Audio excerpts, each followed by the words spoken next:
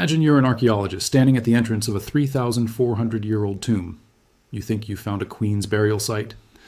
But as you carefully excavate the ancient chamber, alabaster jars begin to tell a different story, a story hidden for millennia, waiting to be rediscovered.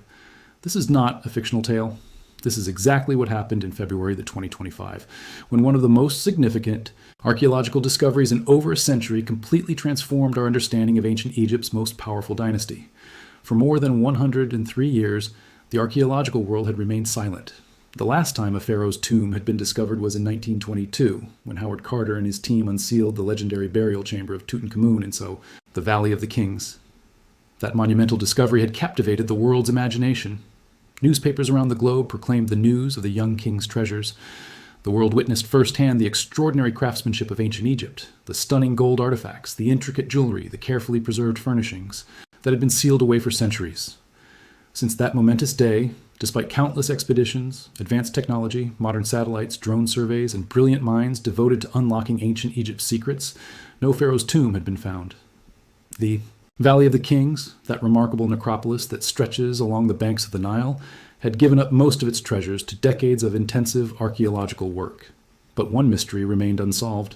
One royal burial place had eluded discovery.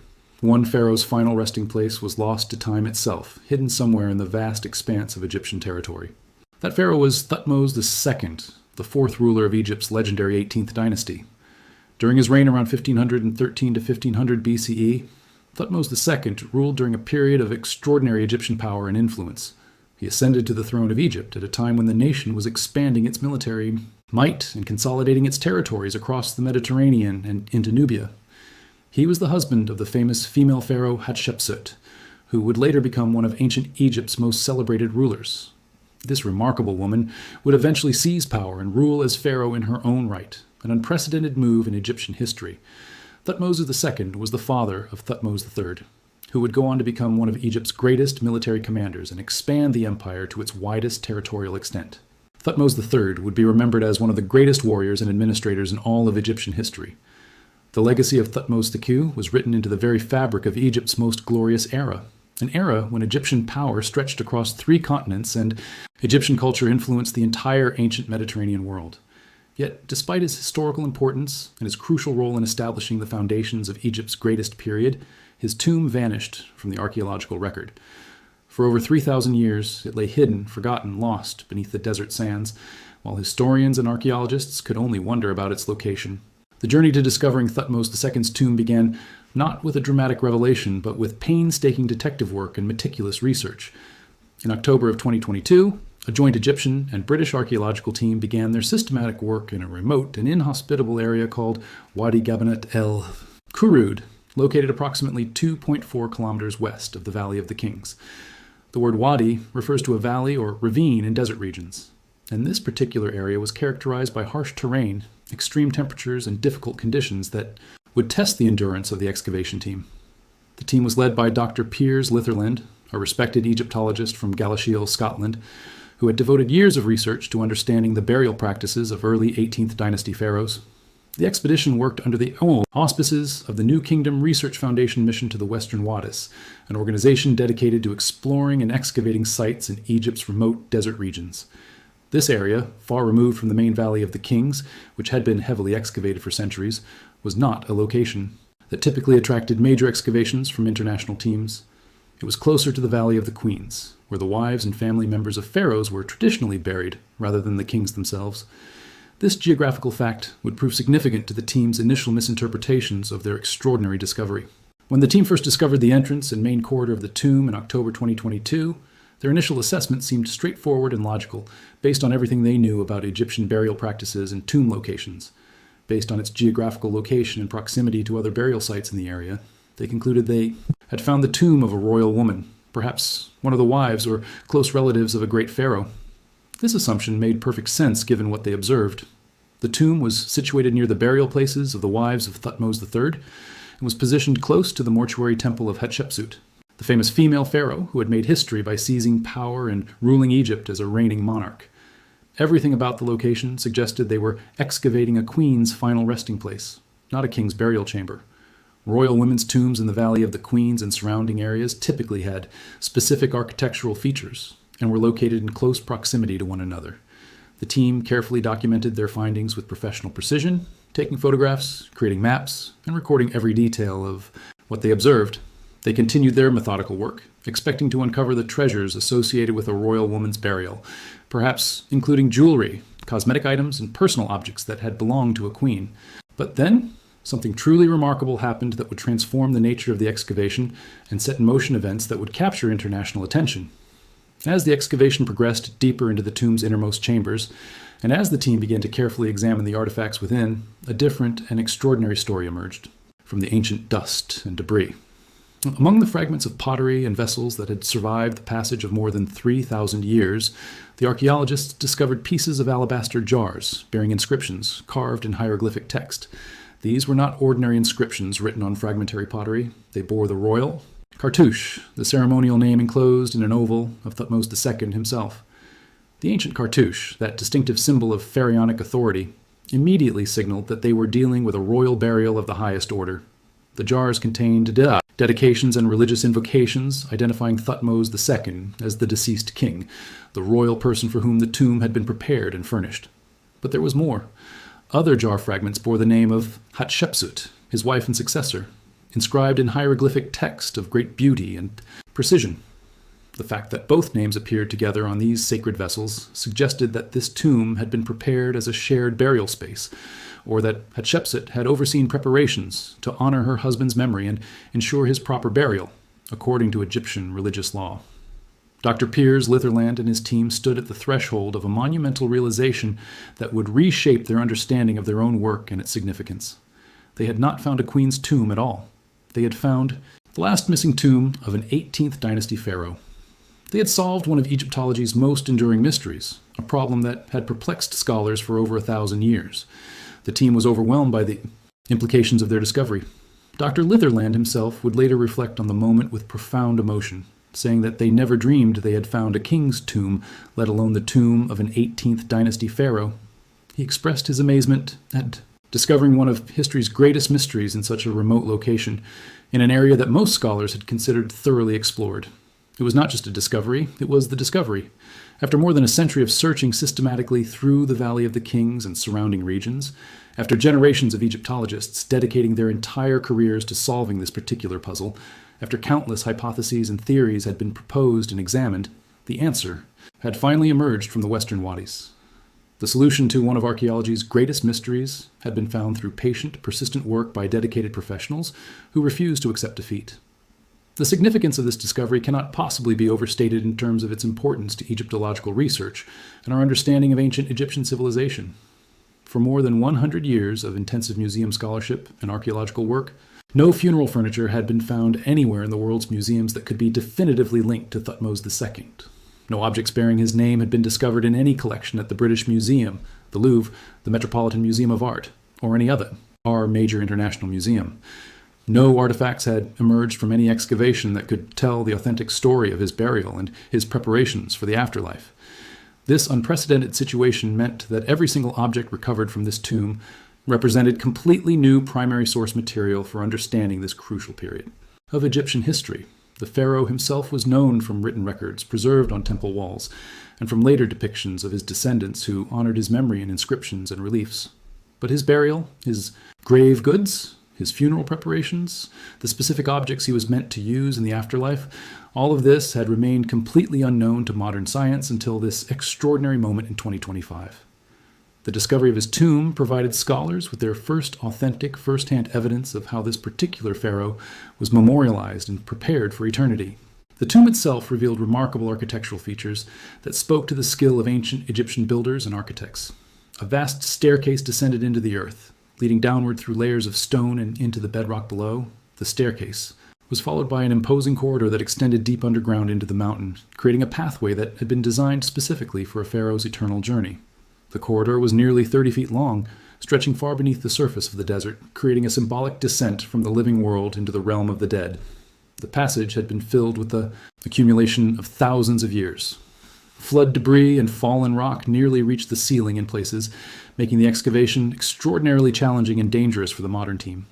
The team had to work with meticulous care, removing material inch by inch, using techniques that would preserve any information encoded in the positions of objects and the layers of accumulated material.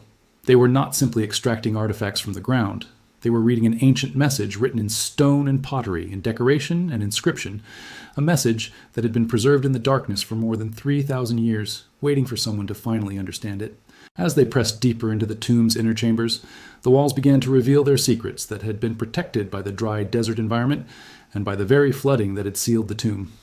The team discovered small patches of painted plaster still clinging to the stone walls, surviving the millennia and the ravages of flood and time and temperature changes.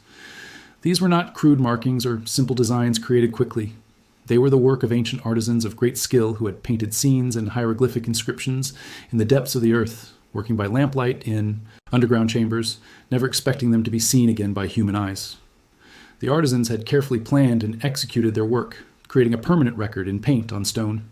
And in one corner of the burial chamber, the archaeologists found something truly extraordinary and beautiful. A section of the ceiling had been painted blue with yellow stars, arranged in patterns representing the constellations of the Egyptian sky. This celestial mural, this representation of the night sky and the cosmos painted thousands of years ago, had survived into the modern era, protected by layers of stone and earth, waiting patiently for the eyes that would finally appreciate it and understand its spiritual and religious significance to the ancient Egyptians who created it. This discovery of painted walls and ceiling decoration was itself significant and important because it provided crucial forensic evidence about the tomb's royal ownership and the status of the person buried there. Royal women's tombs from the 18th dynasty, the era in which Thutmose II ruled, were typically not decorated with painted plaster and elaborate imagery of the type found in this tomb. The burial practices and decorative programs for royal women differed substantially from those of male pharaohs. The presence of these painted walls, and especially the painted ceiling with its stars representing the night sky, was a feature of royal male burials, of actual pharaohs' tombs, and not of queens' burial places. The decorative program itself was part of the proof that this was indeed a king's burial place, not a queen's resting place. It was tangible evidence written on the very walls of the tomb chamber. The decorative scheme followed the traditional funerary texts of the period, the sacred texts that had been developed to ensure the pharaoh's safe passage and successful resurrection in the afterlife. Fragments of the Book of the Amduat were found on the walls, carefully painted by skilled artisans. This was one of ancient Egypt's most important spiritual texts, describing in vivid detail the journey of the deceased through the underworld, through the Duat, the realm of the dead where the sun god Ra traveled each night. It was a text reserved for the most important people in Egyptian society, particularly the pharaohs who needed divi. Knee protection and guidance in the afterlife. The presence of this sacred text confirmed not just that this was a royal burial, but that this was a pharaoh's burial of the highest order, protected by the most sacred religious writings of the age. No queen's tomb would have been thus decorated and protected. Among the most intriguing artifacts recovered from the tomb was a walking stick inscribed with Thutmose II's royal name. This was not merely a functional object. It was a marker of status and power. Modern analysis revealed that it was crafted from African blackwood, known in antiquity as Pharaoh's ebony.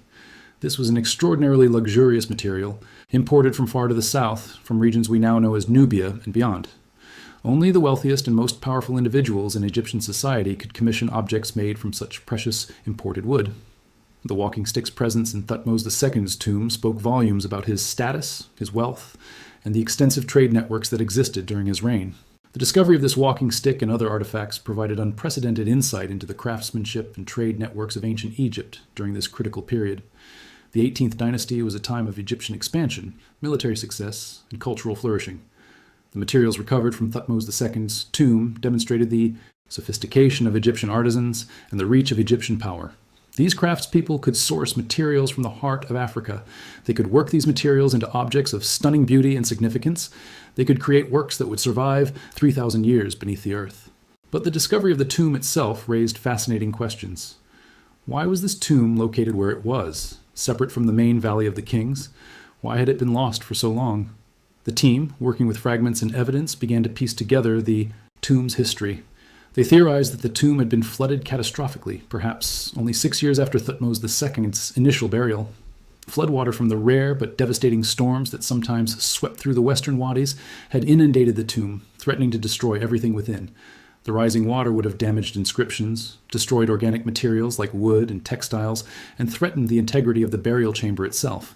Faced with this crisis, the priests and officials responsible for protecting the pharaoh's remains and ensuring his continued existence in the afterlife had made a crucial decision. They had removed the burial goods and the mummy from the damaged tomb and relocated them to a secondary burial site. This was not an uncommon practice in ancient Egypt. When tombs were damaged by robbers, by water, or by time itself, the responsible authorities would move the royal remains to a place of safety. The mummy of Thutmos II was indeed later discovered in what is known as the Royal Mummy Cache at Deir el-Bahari, a mortuary complex that had been used to protect numerous pharaohs whose original tombs had been compromised. This discovery raised an extraordinary possibility. If the original tomb had been flooded 6 years after burial and the remains removed to safety, what remained in the original tomb? The team theorized that the sarcophagus might still be there. The canopic jars that held the internal organs in mummification might remain. The Shabti figures, the small statues believed to serve the pharaoh in the afterlife, might still rest in the darkness beneath the earth. The team identified what they believed was the likely location of this secondary tomb. They had not yet conducted a full excavation, but the possibility existed that somewhere in the western wadis, another chamber awaited discovery, containing treasures untouched for more than 3,000 years. The implications of this possibility were staggering. Every pharaoh's tomb discovered in the Valley of the Kings had been robbed in antiquity. Every royal burial had been violated, its treasures carried away, its contents dispersed to museums across the world or lost forever. But if the original Thutmose II tomb still contained the sarcophagus and other grave goods, if another burial chamber still waited beneath the sand, then there existed the possibility of finding a royal burial in a state of preservation never before encountered in the Valley of the Kings. This was not just another discovery. This was the potential for the most significant archaeological find of the modern era. The announcement of the tomb's discovery in February 2025 sent shockwaves through the archaeological and historical communities. The Egyptian Ministry of Tourism and Antiquities released official statements confirming the find. Dr. Mohammed Ismail Khalid, Secretary General of the ASBWOM, Supreme Council of Antiquities, emphasized the monumental importance of the discovery. He pointed out that this was not just another tomb. This was the last missing tomb of the 18th dynasty pharaohs. This was the final piece of a puzzle that had eluded solution for over 1,000 years. This was a discovery that fundamentally altered our understanding of Egypt's most glorious period. The international archaeological community recognized immediately the magnitude of what had been found. Within months, major publications were dedicating extensive coverage to the discovery. National Geographic published in-depth analyses of the tomb's significance and its implications for understanding ancient Egypt. Archaeology magazine named Thutmose II's tomb among the world's top 10 most important archaeological finds of 2025. From the Smithsonian Institution to universities to museums worldwide, the discovery dominated headlines. But this was not the only extraordinary pharaonic discovery announced in 2025. In January of that year, a joint expedition led by Dr. Joseph Wagner of the University of Pennsylvania, working in cooperation with the Egyptian Ministry of Tourism and Antiquities, had made another remarkable find at the ancient necropolis of Abydos. Deep beneath the desert, nearly 23 feet underground, the team had excavated an impressive limestone burial chamber. This chamber belonged to an unnamed pharaoh from a period known as the Second Intermediate Period, an era roughly 3,600 years before the present day. The tomb featured a decorated entryway and a series of rooms capped by 16-foot-high mud brick vaults, a construction technique and architectural style that spoke to the royal status and resources of the buried pharaoh. The Abydos discovery complemented the Thutmose II find by expanding our understanding of different periods of Egyptian royal history. Where the Thutmose II tomb illuminated the height of Egyptian power and the peak of the 18th dynasty, the Abydos discovery shed light on earlier, more mysterious periods. It was the second major discovery of an Egyptian king's tomb announced in 2025, marking an extraordinary year for Egyptological research and for our understanding of ancient Egypt. Yet, even as these discoveries were being announced and analyzed, whispers began circulating of other possibilities on the horizon. In November 2025, renowned Egyptologist Zahi Hawass, one of the world's most famous archaeologists and former head of Egypt's Supreme Councils of Antiquities, made a startling announcement at the Sharjah International Book Fair. He claimed that a new archaeological discovery inside the Great Pyramid of Giza would be announced to the world in 2026. This discovery, he asserted, would rewrite history itself. According to Hawass, his team, using state-of-the-art technology including advanced robots and sophisticated detection equipment, had discovered a new 30-meter-long passageway deep within the Great Pyramid. This passageway, never before documented or explored, led to a door, a sealed door that had not been opened in thousands of years. What lay beyond that door remained unknown, but Hawass claimed that whatever was discovered there would reshape our understanding of the pharaohs and the purposes of the Great Pyramid itself. Hawass went further, claiming that he possessed evidence suggesting the location of the tomb of Imhotep, the architectural genius who designed and built the Step Pyramid of Djoser, the oldest pyramid in Egypt, and one of humanity's most important architectural achievements. He suggested that Imhotep's tomb, if found, would be the most significant archaeological discovery in history, potentially surpassing even the discovery of Tutankhamun's tomb nearly a century earlier. He also expressed confidence in his ongoing search for the tomb of Nefertiti, the beautiful and mysterious wife of the heretical pharaoh Akhenaten, whose burial site has remained one of Egyptology's greatest unsolved mysteries. These announcements demonstrated that despite more than a century of intensive research and excavation, Egypt's archaeological landscape still held extraordinary secrets. The desert sands still concealed chambers untouched by modern hands. The ancient tombs still waited to give up their treasures and their knowledge. The 19th and early 20th centuries had been an age of great discovery in Egypt, when Western archaeologists and collectors had rushed to uncover treasures and claim them for museums and private collections. But this 21st century was emerging as an era of scientific discovery, where advanced technology combined with meticulous Egyptian scholarship was revealing the past in unprecedented detail. The discovery of Thutmose II's tomb represented far more than just the recovery of ancient objects. It represented a fundamental shift in how we understand the ancient world. It demonstrated that despite centuries of excavation, the Valley of the Kings still held secrets. It showed that careful, patient archaeological work could solve mysteries that had seemed intractable. It proved that Egypt's ancient landscape could still teach us lessons about one of humanity's greatest civilizations. It validated the careers of dedicated Egyptologists, like Dr. Piers Litherland, who had devoted themselves to solving these puzzles. The tomb also raised profound questions about how we understand royal power and authority in ancient Egypt. Thutmose II had been somewhat overshadowed in historical memory by his successors and by his famous wife Hatshepsut.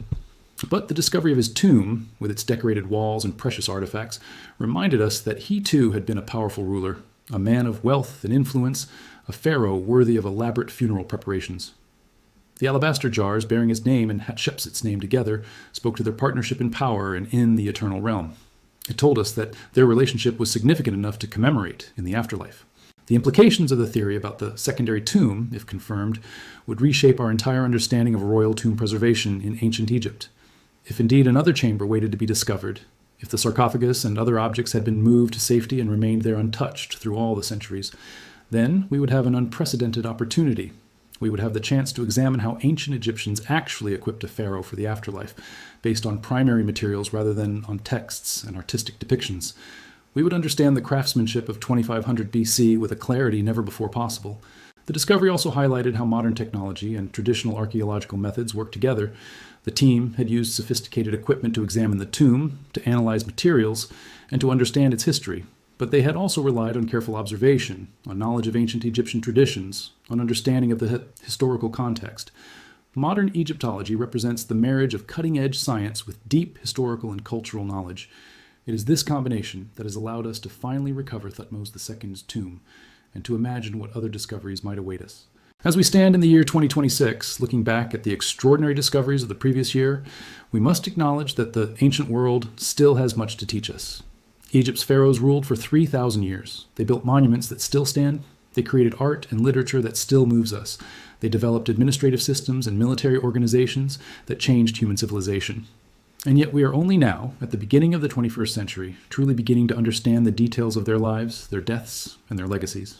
The discovery of Thutmose II's tomb will occupy archaeologists and historians for years to come. The artifacts will be studied, analyzed, and published. The tomb itself will be carefully documented and prepared as a possible visitable monument for future generations. The team has already announced plans to open Thutmose II's tomb and other royal tombs in the same area where this remarkable discovery was made as public monuments. This would allow visitors from around the world to walk where ancient Egyptians walked, to see the ancient decorations that have survived millennia, to stand in the presence of history itself. The story of Thutmose II's tomb is fundamentally a story about human curiosity and dedication. It is a story about scientists and scholars who devoted their careers to solving ancient mysteries. It is a story about international cooperation, with Egyptian and British archaeologists working together to uncover their shared human heritage. It is a story about the power of careful observation and logical reasoning. A team of skilled professionals noticed something unusual about the location. They asked questions. They investigated carefully. They examined evidence critically. And through this patient, methodical work, they solved a mystery that had persisted for more than 1,000 years. As we contemplate the future of Egyptian archaeology, with Zahi Hawass and other scholars pursuing new discoveries within the Great Pyramid and elsewhere, we must remember that each discovery is built on the foundations of previous work. The discovery of Thutmos II's tomb in 2025 follows a long tradition of archaeological excellence that stretches back centuries. It continues the work begun by pioneers like Howard Carter and countless others who dedicated their lives to understanding ancient Egypt. It points toward a future where we might finally answer the deepest questions about this remarkable civilization. The pharaohs believed that they would live forever, that their names and memories would endure eternally through their monuments and tomb inscriptions. In many ways, they were right. 3,000 years after his death, Thutmos II walks again through human consciousness. His name is known. His importance is recognized. His tomb has been found. The story that began with an alabaster jar inscription has become the story of the year in archaeology. The mystery that seemed destined to remain unsolved has finally been solved, and the desert that kept these secrets for so long has yielded them to the patient, persistent work of modern archaeologists dedicated to understanding the past and preserving it for all humanity.